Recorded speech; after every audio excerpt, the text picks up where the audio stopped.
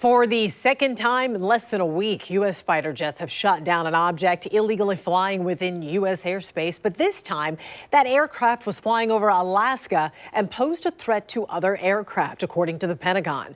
News4JAX reporter Eric Avenir joining us live after speaking with a local pilot with experience patrolling our airspace. Eric? Joy, that pilot is local defense attorney Randy Reep. He says he's an experienced F-15 fighter pilot who knows a lot about intercepting suspicious aircraft. While Pentagon officials are only identifying the object shot down over Alaska as an unmanned aircraft, former U.S. Air Force fighter pilot Randy Reep says the size of that object and the suspected Chinese balloon that was shot down this past weekend is what he finds interesting.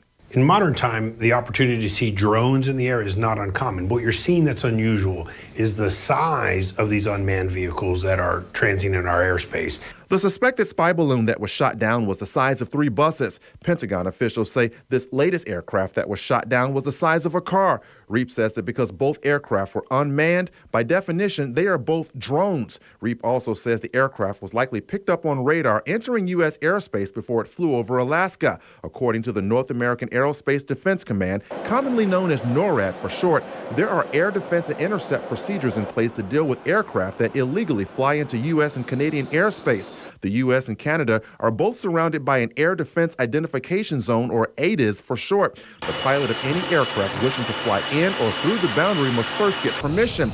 Any aircraft flying through the zone without authorization is considered a threat and treated as an enemy aircraft. This is what led to that aircraft being intercepted by fighter jets over Alaska.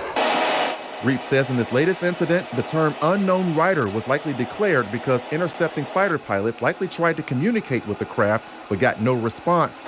This, of course, led to the craft being shot down. They would not employ ordnance against this until they knew that it was an unmanned vehicle. That unmanned aircraft was also considered a threat to other aircraft because it was traveling at an altitude of 40,000 feet. 40,000 feet is a place where many modern jet transportation airplanes operate. So that is a threat. Pentagon officials won't say how fast that aircraft was traveling, but Reep says if it was picked up on radar, they know the speed and they likely know what kind of unmanned aircraft it was, especially if the intercepting fighter pilot got close enough to get a visual. He says those details will likely be released at a later date. Reporting live in the studio, Eric Avenir, Channel 4, the local station.